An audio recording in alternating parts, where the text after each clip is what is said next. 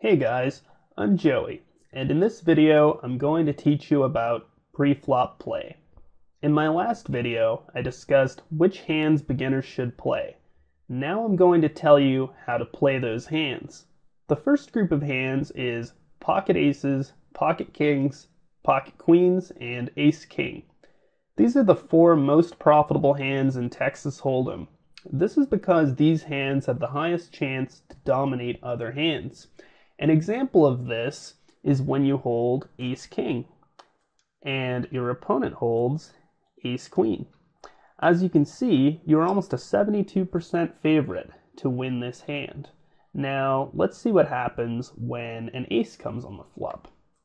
So if it comes ace, deuce, six, now you are an even bigger favorite to win the hand. And what's even better, this flop is really good for your opponent too, so they're probably going to think they have the best hand.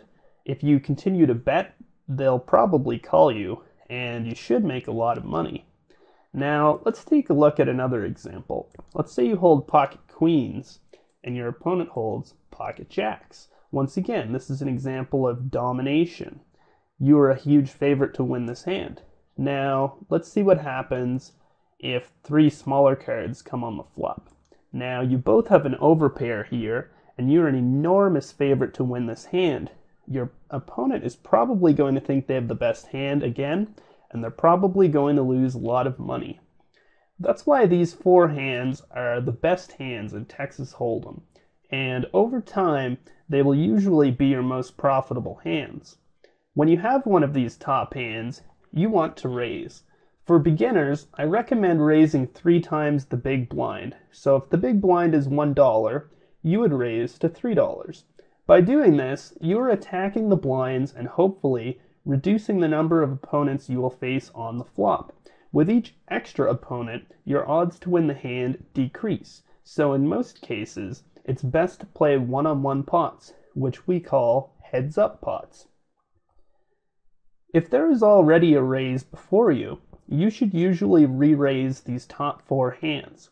You want to build a pot and hopefully make it a heads-up pot.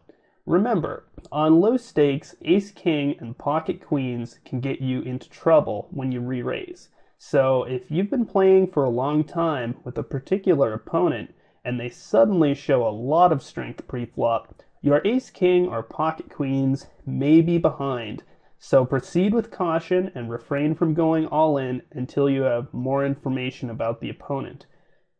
And it's perfectly acceptable to just call the raise with ace, king, or queens. Now with pocket aces and pocket kings, try to get all the money in pre-flop. And while pocket kings may not always be ahead, this play is extremely lucrative in the long run. If you were dealt pocket jacks, pocket tens, pocket nines, ace queen, or king queen suited, you should open the pot for a raise. If someone is raised before you, you should just call. Now, this will change when you gain more experience, but starting out, you want to avoid building huge pots with these hands because they are frequently dominated. If you are dealt pocket eights down through pocket deuces, ace jack suited, ace 10 suited, king jack suited, queen jack suited, or jack 10 suited, you should look to call raises. If there is no raise before you, you can go ahead and fold. For an experienced player, this might sound criminal, but for a beginner, it's best to learn the top hands first and work your way down. That's it for this video. To learn more, subscribe or add me as a friend. Feel free to comment and please like this video. You can also favorite it for future reference. Let me know what you want me to cover next. For more helpful advice, check the links below. Read my blog post called Poker, Online or Live, and learn how you can get paid rakeback every time you play online and earn much more money playing poker. Good luck, guys, and I'll see you next time.